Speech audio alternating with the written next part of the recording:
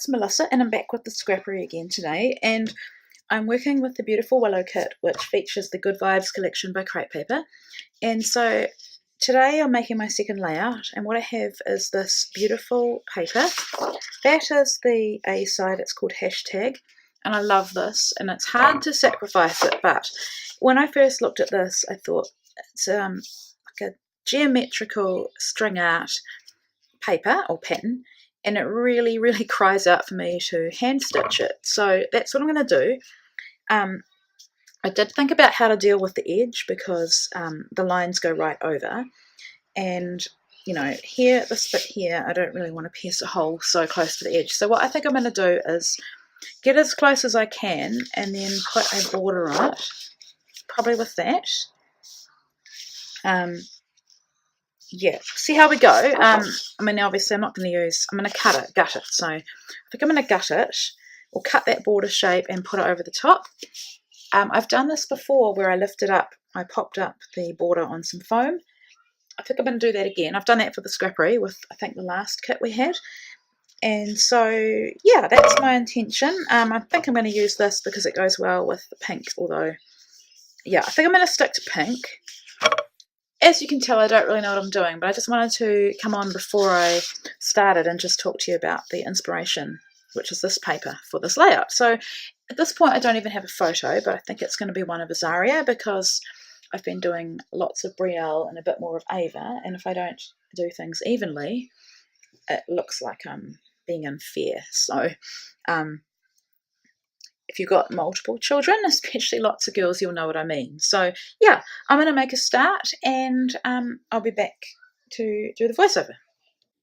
So the first thing I'm doing is getting my piercing mat and piercing tool, and these were from Amy Tangerine. She had the stitching templates and little kit, and it was probably years ago now, maybe even back in 2012, and I've always kept the mat and the piercing tool.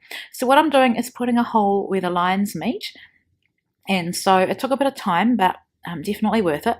And when I got to the edge, as you can see there, I'm putting holes not at the very edge, but probably an inch back from the edge, and like I said, my intention is to make a frame that will cover those bits. So I don't want to go right to the very edge. I'm not sure how I would do that, so the best way of dealing with it is just to cover it up. So I've sped it up just so you can see the whole process, and now I'm just putting an extra, like I'm pushing the piercer right through for the center because I'm aware that a lot of thread will be going through there.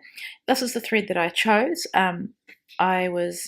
It was down to the wire, really. I thought I had a lot more of this. My daughter had asked if she could borrow one of them, and I think she took most of them in that colour. So I had this pink, and I don't show all of the stitching on camera, but it got to the point where I was wondering if I was going to make it at all to get all the stitching done. So what I did was do a little knot at the back and secure it with washi tape.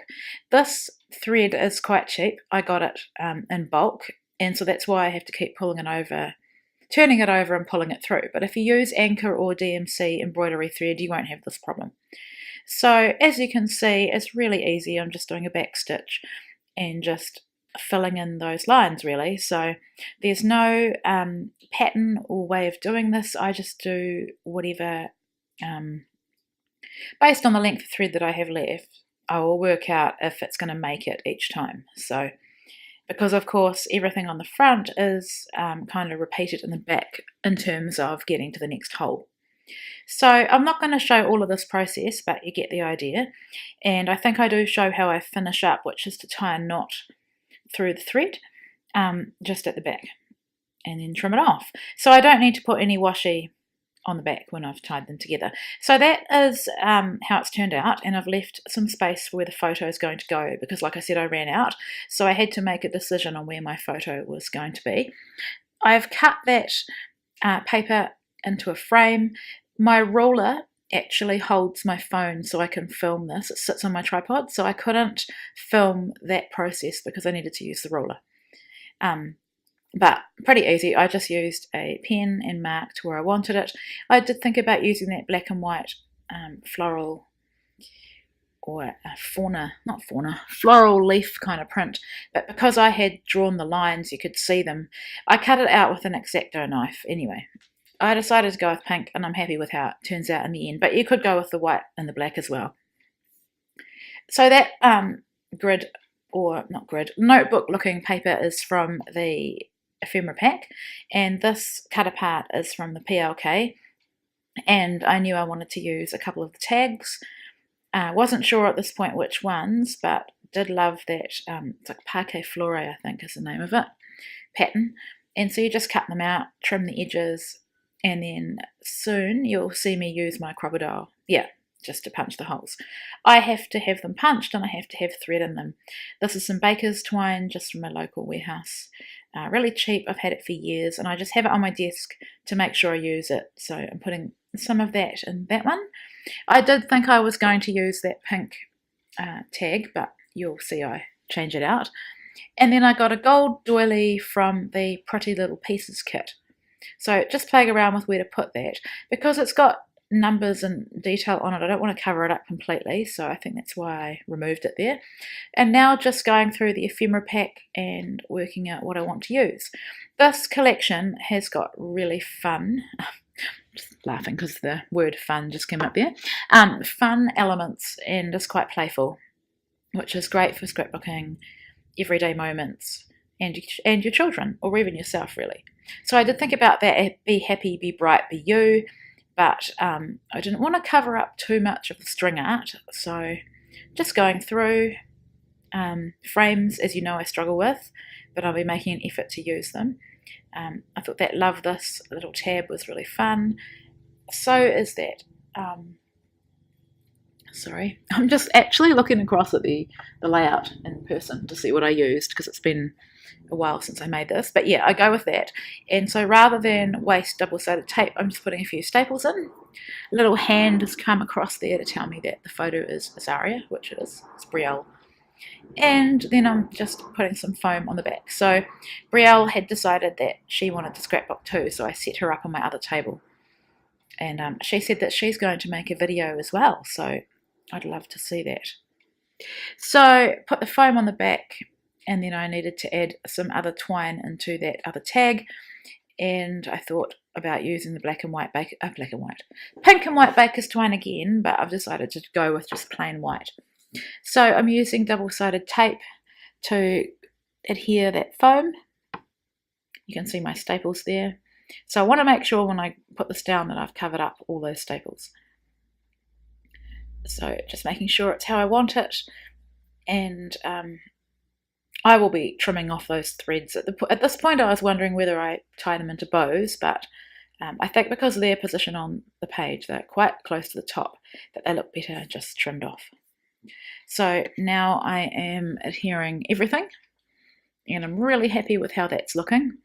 And now the fun part, which is embellishing. But before I do that, I do want to lift up some of the elements. I'm not into flat layouts. I like to have a bit of movement, a bit of dimension.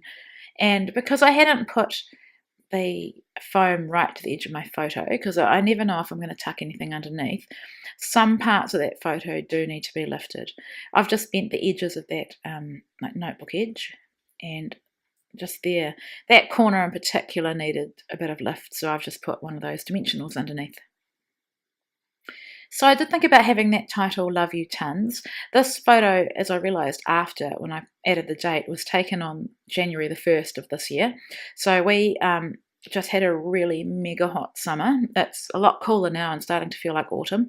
But we spent a lot of time at our river, which is probably like 10 minutes walk from our house, or at the lake. And so January the 1st was really, really hot, and we just decided to go down there, and the kids had a swim, and yeah, it was just lots of fun. That is the sticker sheet from the Good Vibes collection. It's just gorgeous. I've you know me, I tend to stare at them for a long time and try to decide what to use. So I did pull off that little flower, and I will come back and use that soon. So at this point I've changed out the title, and I thought that Love Out Loud was better. I thought Love You Tons would look better if it was a photo of her and I, but I thought Love Out Loud was perfect. It went with the tones in this photo. It's a swimsuit that actually got ruined. It got ruined at the beach. another story, but anyway, this I think was the last time she wore it. I bought her a new one. So I have lightened that photo quite a lot and played around with it. I like my photos to look natural, but I also like them to be lighter. And so, yeah, the original photo was quite dark. So don't be afraid to play with your photos and have them how you want them to be. So I've trimmed off those the twine, and I decided that this needed something to balance down on the bottom left. I've got these gems, Couture Creations, I think they're from, yeah. And so I've just put 2 in 3 positions. I haven't done the third one yet because I'm working on it now. So I wanted to tuck some things under the frame. I love that Be Happy little tear apart. And in the end, you can't see the perforated bit, but I love how it looks at the bottom there. And then there are some cacti elements in this collection, which are really fun. And it's got nothing at all to do with this layout, but sometimes it's quite fun to incorporate random embellishments, and so I like the positioning of it down there. So in order to adhere it, I'm just using some dimension just to pop it up even more.